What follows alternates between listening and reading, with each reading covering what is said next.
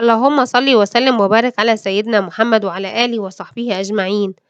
ازيكم يا حبايبي عاملين إيه؟ عايزة أقول لكم إن أنتم وحشتوني جدًا، جدًا، جدًا، وتعالوا نشوف الفيديو الجديد، ولو عجبك ما تنساش تدوس اشتراك ولايك وشير علشان يوصلك مني كل جديد.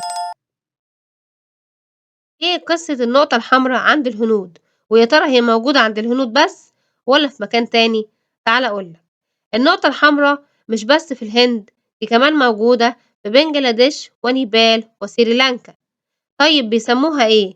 بيسموها بيندي، ومعناها العين التالتة الباطنية لكل شخص، وهي بمثابة نقطة حماية للجسم من تلاشي الطاقة وخروجها.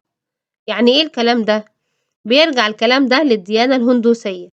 بيعتقدوا في الديانة الهندوسية أن الجبين مكان مدخل ومخرج الطاقة، وبوضع النقطة الحمراء في منتصف الجبين فإن مجرى خروج الطاقة يغلق، كما أن وجودها بيحسن من التركيز والتفكير. وكمان بيعتقدوا إن النقطة الحمراء بتحافظ على جزء من الدماغ، كما أنها تعمل على حفظ الطاقة وجلب الحظ وطرد الشياطين. يعني النقطة الحمراء مش بس للزينة، لأ دي لها علاقة بالروحانيات.